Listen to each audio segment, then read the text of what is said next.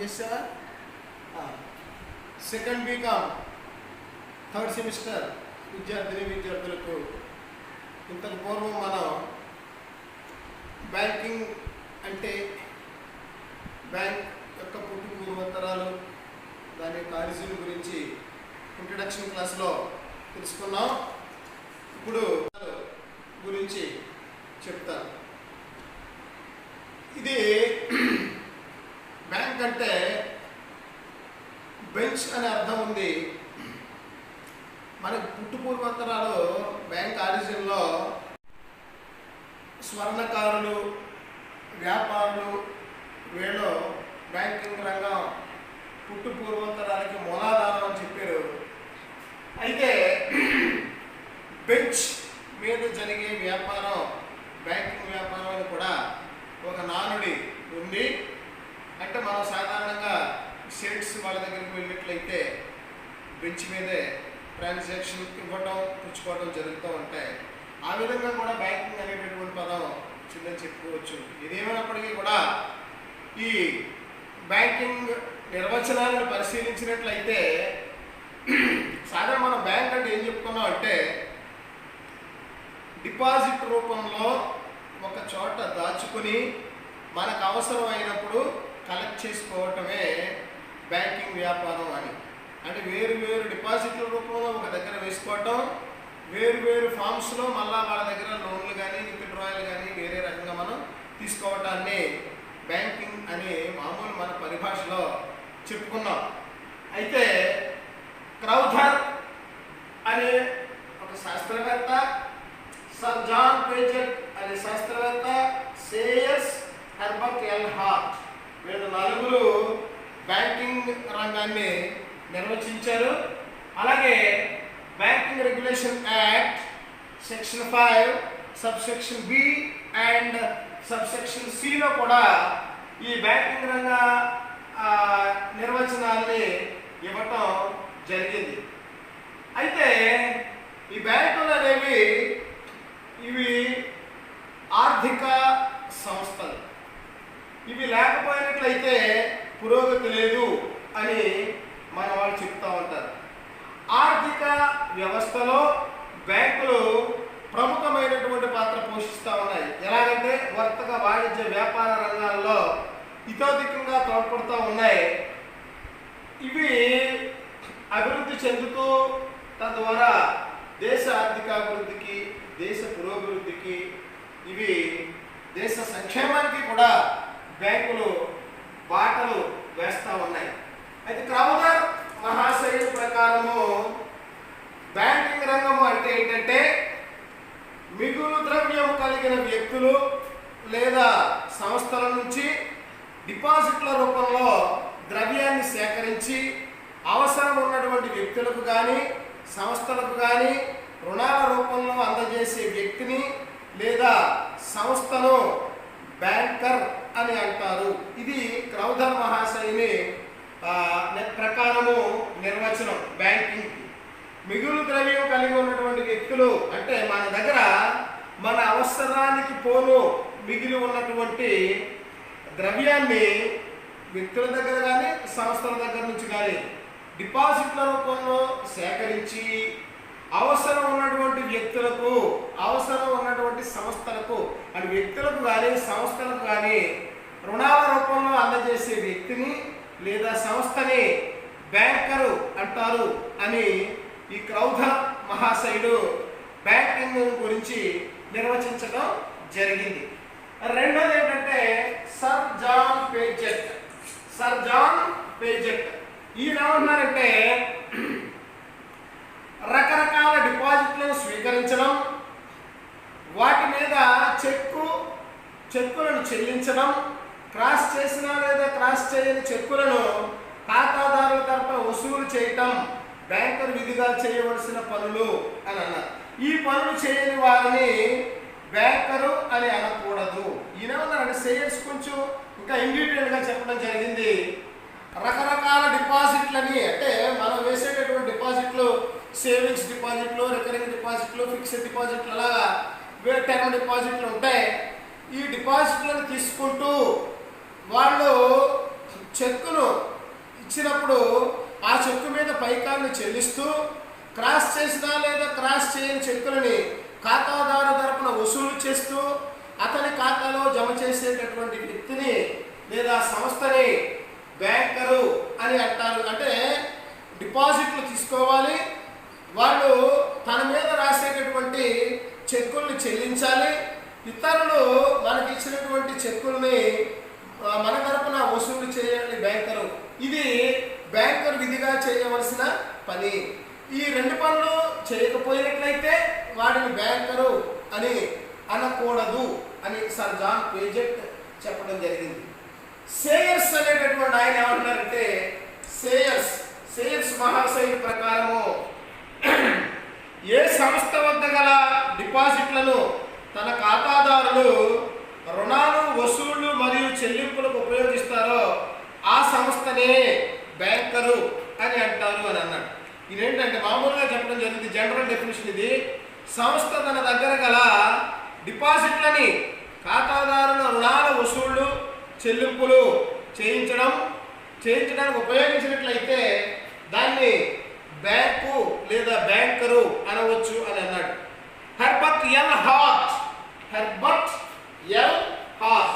ఈ Herbert L heart మహాశయుని ప్రకారము సాధారణ వ్యాపార సరళిలో వ్యక్తులు జమ కట్టేటటువంటి సొమ్మును వారి పేర కరెంటు ఖాతాలలో జమ కడుతూ ఆయా వ్యక్తులు తమ మీద జారీ చేసేటటువంటి చెక్కులను ఆదరిస్తూ సొమ్ము చెల్లించేటటువంటి వారిని బ్యాంకరు అని అనవచ్చు. ఈయన ఎలాగంటే వ్యాపార దృష్ట్యా, వ్యాపార కోణంతో ఈ హెర్బర్ట్ ఎల్ హార్ట్ గారు డెఫినేషన్ ఇవ్వడం జరిగింది. వ్యాపార సరళిలో వాళ్ళ సాధారణంగా డే టు డే బిజినెస్ లైఫ్లో వాళ్ళు కట్టేటటువంటి సొమ్ముల్ని వాళ్ళ పేరు మీద కరెంటు ఖాతాల్లో వేసి వాళ్ళు తమ పేరు మీద జారీ చేసేటటువంటి చెక్కుల్ని చెల్లింపు చేస్తూ, వసూలు చేస్తూ చేసేటటువంటి వారిని బ్యాంకర్ అనవచ్చు అని ఆయన హెర్బర్ట్ ఎల్ హార్ట్ వారు డెఫినేషన్ ఇవ్వటం జరిగింది. అయితే banking regulation act section 5B ప్రకారము, banking regulation act section 5B ప్రకారము అసలు ఖాతాదారుల డిమాండ్ పై, ఇది కరెక్ట్ డెఫినేషన్, ఖాతాదారుల యొక్క డిమాండ్ పై చెక్కు ద్వారా కానీ, డ్రాఫ్ట్ ద్వారా కానీ, మరి ఏ ఇతర పత్రం ద్వారా కానీ తిరిగి వారికి చెల్లించే షరతు మీద డిపాజిట్లను స్వీకరిస్తూ ఆ సొమ్మును రుణాలు ఇవ్వడానికి కానీ, పెట్టుబడి పెట్టడానికి కానీ ఉపయోగించినట్లయితే దాన్ని బ్యాంకింగ్ బిజినెస్ లేదా బ్యాంకింగ్ వ్యాపారం అందు. ఇది clear cut definition. Banking regulation act section 5 subsection B వీరు ఇచ్చినటువంటి డెఫినేషన్ ఏంటంటే, ఖాతాదారుల డిమాండ్ పై అంటే వాడి కోరిక మీద, వాడి అభీష్టం మేరకు ఏ విధంగా చెక్కు ద్వారా కానీ, బ్యాంక్ డ్రాఫ్ట్ ద్వారా కానీ, మరి ఏ ఇతర అంటే విత్డ్రాయల్ ద్వారా కానీ, ఇప్పుడు వచ్చినటువంటి అనేక లేటెస్ట్ సాధనాల ద్వారా కానీ తిరిగి చెల్లించే షరతు మీద, వాడికి తిరిగి చెల్లించే షరతు మీద డిపాజిట్లను తీసుకుంటూ వాడి దగ్గర డబ్బుల్ని డిపాజిట్ల రూపంలో వసూలు చేస్తూ ఆ సొమ్ముని రుణాలు ఇవ్వడానికి కానీ లేదా పెట్టుబడి పెట్టడానికి కానీ చేసేటటువంటి పనిని బ్యాంకింగ్ బిజినెస్ అందరూ అని చెప్పడం జరిగింది. అయితే ఇక్కడ మనం స్థూలంగా చెప్పుకోవాలి ఏంటంటే, డిపాజిట్ల రూపంలో జనాల దగ్గర ద్రవ్యాన్ని వసూలు చేయాలి, వసూలు చేసి వాటిని రుణాల రూపంలో ఇతరులకి, సంస్థలకి ఇవ్వాలి. అంటే ఇక్కడ పరపతి సృష్టి జరుగుతూ ఉంది. అలాగే చెక్కుల విధానాన్ని ప్రవేశపెట్టడం ద్వారా డిపాజిట్లని నగదులోకి మార్చుకోవడానికి వీలు పడుతుంది. దీన్ని లిక్విడిటీ అని అంటారు. ఇది లాభాలని ఆర్జించే సంస్థగా కాకుండా సంస్థగా బ్యాంకులను సృష్టించడం జరిగింది. ఇవి ప్రజల దగ్గర నుంచి నిద్రాణంగా పడి ఉండేటటువంటి సొమ్ముని, బ్యాంకర్ అంటే ఏంటంటే ఇట్ ఈజ్ అన్ ఇంటర్మీడియరీ, అంటే ఎవరైతే మిగులు డబ్బు ఉందో ఆ డబ్బును వసూలు చేస్తూ ఎవరికైతే సొమ్ము అవసరం అవుతుందో వాళ్ళకి ఆ సొమ్ముని ఇస్తూ చేసేటటువంటి వ్యాపారాన్ని బ్యాంకింగ్ అంటారు. అంటే ఇందులో బ్యాంకులు లాభదాయకమైనటువంటి సంస్థలు కాదు, వ్యాపార సంస్థలు కాదు అని అంటున్నాం. కానీ మరి డిపాజిట్లు తీసుకోవటం, రుణాలు ఇవ్వటం వాళ్ళ ద్వారా జరిగేటటువంటి బిజినెస్ ఏంటంటే డిపాజిట్ల మీద కన్నా వాళ్ళు ఇచ్చేటటువంటి రుణాల మీద కొంచెం ఎక్కువ వడ్డీని వసూలు చేస్తారు. అంచేత దీని ద్వారా బ్యాంకులు డే టు డే కార్యకలాపాలని నిర్వర్తించుకుంటా జరుగుతూ ఉంటాయి. అయితే ఇది బ్యాంకింగ్ రంగం. మనం బ్యాంకింగ్ రంగం, బ్యాంకింగ్ అంటే ఇప్పుడు ఎలా పుట్టింది, ఎలాగొచ్చింది, ఆ పదం ఎక్కడి నుంచి వచ్చింది, బ్యాంకింగ్ అంటే ఏమిటి, డెఫినేషన్ ద్వారా తెలుసుకున్నాం. అసలు మనకి ఇప్పుడు అవసరమైంది ఏంటంటే వివిధ రకాలైనటువంటి బ్యాంకులు, అవి చేసేటటువంటి వ్యాపారాలు, అవి చేసేటటువంటి విధులు, వాటి గురించి మనం తెలుసుకోవాల్సిన అవసరం ఉంది.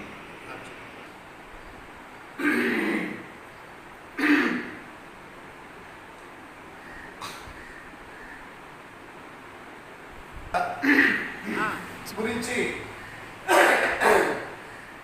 డిస్కస్ చేసుకోబోయే ముందు scheduled banks, non scheduled banks అంటే రెండు రకాలుగా ఉంది. బ్యాంకింగ్ రెగ్యులేషన్ యాక్ట్ సెకండ్ షెడ్యూల్లో చేర్చేటువంటి బ్యాంకులన్నీ షెడ్యూల్డ్ బ్యాంక్స్, అవి లేనివన్నీ నాన్ షెడ్యూల్డ్ బ్యాంక్స్ అని అనేవారు. మొట్టమొదటి ఇనీషియల్ డేస్లో నాన్ షెడ్యూల్డ్ బ్యాంక్స్ ఉండేవి. రాను రాను అన్ని బ్యాంకులు కూడా షెడ్యూల్డ్ బ్యాంక్స్ కానీ పరిగణిస్తూ ఉన్నారు. ఈ scheduled banks 2 types, scheduled commercial banks and scheduled cooperative banks. Commercial బ్యాంక్స్లోకి ఏం వస్తాయి అనేవి చూసే ముందు అసలు షెడ్యూల్డ్ కోఆపరేటివ్ బ్యాంక్స్ అంటే ఏంటి? షెడ్యూల్డ్ కోఆపరేటివ్ బ్యాంక్స్ అంటే scheduled urban cooperative banks and scheduled state cooperative banks. Scheduled state cooperative system గురించి మనందరికీ తెలిసిన విషయమే. ఈ మళ్ళీ ఇది 3 అంచెల వ్యవస్థ. ఒకరి కోసం అందరూ, అందరి కోసం ఒకరు, పరస్పర సహకారం అనేటటువంటి సిద్ధాంతం మీద నడిచేటటువంటి బ్యాంకుల్ని కోఆపరేటివ్ బ్యాంక్స్ అని అంటారు. అంటే second banking regulation act second షెడ్యూల్లో చేర్చిన కోఆపరేటివ్ బ్యాంక్స్ అన్నింటినీ కూడా ఈ షెడ్యూల్డ్ కోఆపరేటివ్ బ్యాంక్స్ అని అంటారు. ఈ scheduled urban banks, scheduled cooperative urban banks and scheduled state cooperative banks. ఇందులో మళ్ళీ 3 అంచెల వ్యవస్థ. రాష్ట్ర స్థాయిలో, జిల్లా స్థాయిలో, గ్రామీణ స్థాయిలో ఉండేటువంటి బ్యాంకింగ్ సిస్టమ్ అంతా ఇందులోకి వస్తుంది. అయితే మనకి ఇప్పుడు అవసరమైంది ఏంటంటే scheduled commercial banks. Scheduled commercial banks. ఈ షెడ్యూల్డ్ కమర్షియల్ బ్యాంక్స్లో ఏం వస్తాయనేది మనం చూద్దాం. స్ట్రక్చర్స్. షెడ్యూల్డ్ కమర్షియల్ బ్యాంక్స్కి వచ్చేసరికి 4 రకాలు: public sector banks, private sector banks, foreign banks and RRBs. RRBs ఇవి 4 రకాలు. ఆర్ఆర్బీస్ అంటే రీజనల్ రూరల్ బ్యాంక్స్. ఇవి గ్రామీణ ప్రాంతీయ అభివృద్ధి బ్యాంకులు అని అంటారు వీటిని. ఇవి మామూలు బ్యాంక్సే, కోఆపరేటివ్ సిస్టమ్ మీద కూడా పనిచేస్తూ ఉంటాయి. ఫారిన్ బ్యాంక్స్ అనేవి ఇతర దేశాల్లో స్థాపించి మన దేశంలో వ్యాపారాలు చేస్తూ ఉన్నట్లయితే వాటిని ఫారిన్ బ్యాంక్స్ అని అంటారు. బౌండరీస్ అవతల స్థాపించి మన దేశంలో వ్యాపారం చేసేటటువంటి వారిని ఫారిన్ బ్యాంక్స్ అని అంటారు. ఇక ప్రైవేట్ సెక్టర్ బ్యాంక్స్కి వచ్చేసరికి ఈ private sector banks old private sector, new private sector banks అని ఉన్నాయి. అంటే 1995లో 91లో వచ్చినటువంటి నూతన పారిశ్రామిక ఆర్థిక విధానాల కారణంగా ఆ తర్వాత ఎస్టాబ్లిష్ చేసినటువంటి ప్రైవేట్ సెక్టార్ బ్యాంక్స్ని న్యూ ప్రైవేట్ సెక్టార్ బ్యాంక్స్ అని అంటున్నారు.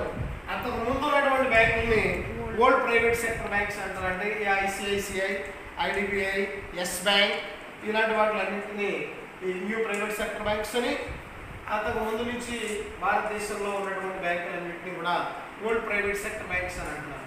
ఇక పబ్లిక్ సెక్టార్ బ్యాంక్స్కి వచ్చేసరికి అంటే పబ్లిక్ సెక్టార్ కమర్షియల్ బ్యాంక్స్, ఇందులో గవర్నమెంట్ సెక్టార్లో ఉన్నటువంటి బ్యాంకుల్ని ఎస్బీఐ గ్రూప్ అంటే SBI and 7 associates, state bank of India, state bank of Mysore, state bank of Patiala, state bank of Travancore, state bank of Punjab, state bank of Mysore, ఈ విధంగా 7 banks ఉన్నాయి.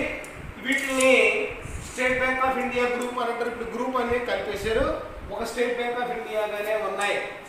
నేషనలైజ్డ్ బ్యాంక్స్ అంటే 1969లో 14 బ్యాంకులు జాతీయం చేశారు. ఆ తర్వాత 6 బ్యాంక్స్ నేషనలైజేషన్ చేశారు. వీటిని నేషనలైజ్డ్ బ్యాంక్స్ అంటే ప్రైవేట్ వ్యక్తులు స్థాపించి ఎస్టాబ్లిష్ చేసినటువంటి బ్యాంకుల్ని గవర్నమెంట్ వాటాకి ఇంతనే సొమ్ము ఇచ్చేసి దాన్ని పబ్లిక్ సెక్టార్లోకి తీసుకురావడం జరిగింది. వీటిలన్నింటినీ నేషనలైజేషన్. అప్పుడు ఇప్పుడంటే ప్రైవేటైజేషన్ వైపు వెళ్తున్నాం, ఇంతకుముందు పబ్లిక్ సెక్టార్ వైపు నడిచింది అంతా. అంచేత నేషనలైజేషన్ చేయడం జరిగింది. అంటే గవర్నమెంట్ ఆలోచన విధానాల ప్రకారం బ్యాంకులు పనిచేయాలని, గవర్నమెంట్ తీసుకునేటటువంటి చర్యలన్నింటిలోనూ కూడా బ్యాంకు భాగస్వామ్యం ఉండాలని ఆ ఉద్దేశంతో ఈ బ్యాంకులన్నింటినీ కూడా జాతీయం చేయడం జరిగింది. రాను క్లాసుల్లో వీటిలన్నింటి గురించి మనం చెప్పుకుందాం. మనకు అవసరమైన ఏంటంటే కమర్షియల్ బ్యాంక్స్,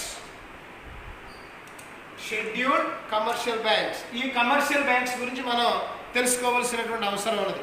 అయితే కమర్షియల్ బ్యాంక్స్ అనేవి మనం ఏమని చెప్పుకున్నామంటే ప్రజల కోరిక మీద, అంటే ఆన్ దే డిమాండ్ వేరియస్ డిపాజిట్ల రూపంలో ధనాన్ని స్వీకరిస్తూ దాని మీద వాళ్ళు జారీ చేసే చెక్కుల్ని చెల్లిస్తూ వాళ్ళ పేరు మీద వచ్చేటటువంటి చెక్కుల్ని మనం కలెక్ట్ చేసి వాళ్ళ పేరు మీద అకౌంట్స్ వేస్తూ ఈ వ్యవహారాలని చూసేటటువంటి వ్యాపారాన్ని బ్యాంకింగ్ వ్యాపారము అని తెలుసుకున్నాం. ఆధునిక కాలంలో వాణిజ్య బ్యాంకుల యొక్క విధులను గురించి మనం చర్చించినట్లయితే వాణిజ్య బ్యాంకుల యొక్క పాత్ర ఏ విధంగా ఉంది అనేది తెలుస్తుంది. Functions of commercial banks in the modern times. ఆర్థిక వ్యవస్థలో బ్యాంకులు చాలా విశిష్టమైనటువంటి పాత్రను పోషిస్తూ ఉన్నాయి. దేశంలో చలామణిలో ఉండేటటువంటి ద్రవ్యంలో ఎక్కువ భాగం బ్యాంకులు ద్వారా నడుస్తూ ఉన్నవే. అయితే బ్యాంకుల అధీనంలోనూ బ్యాంకుల అజమాయిషీలోనూ ఈ ధనం ఉండడం వలన దేశంలో ఉండేటటువంటి ఉత్పత్తి పరిమాణాన్ని, స్వభావాన్ని, ఉత్పత్తి యొక్క అవసరాలను నిర్ణయించే శక్తి బ్యాంకులకు ఉంటుంది. వ్యక్తుల నుంచి, సంస్థల నుంచి డిమాండ్ చేసిన వెంటనే తిరిగి ఇచ్చే షరతుల మీద డిపాజిట్లను స్వీకరించడం, అలాగే వ్యాపారస్తులకు, ఉత్పాదక సంస్థలకు పరపతి సౌకర్యాలు కలగచేయటం బ్యాంకుల విధుల్లో ముఖ్యమైన విధులుగా మనం చెప్పుకున్నాం. బ్యాంకులు అప్పు తీసుకునే సంస్థలే కాకుండా రుణాలు మంజూరు చేసే సంస్థలు కూడా అప్పు ఇచ్చేటటువంటి వారికి, తీసుకునేటటువంటి వారికి మధ్యగా ఇంటర్మీడియరీగా వారధిలా పనిచేస్తూ ఉంటుందంటే ఐడిల్గా నిద్రాణంగా పడి ఉండేటటువంటి పొదుపునంతటిని పోగు చేసి బ్యాంకులు రుణాల రూపంలో అందచేస్తూ ఉంటుంది. అంటే మనం బ్యాంకులో డిపాజిట్ చేసినటువంటి సొమ్ము అది బ్యాంకుకు అప్పు.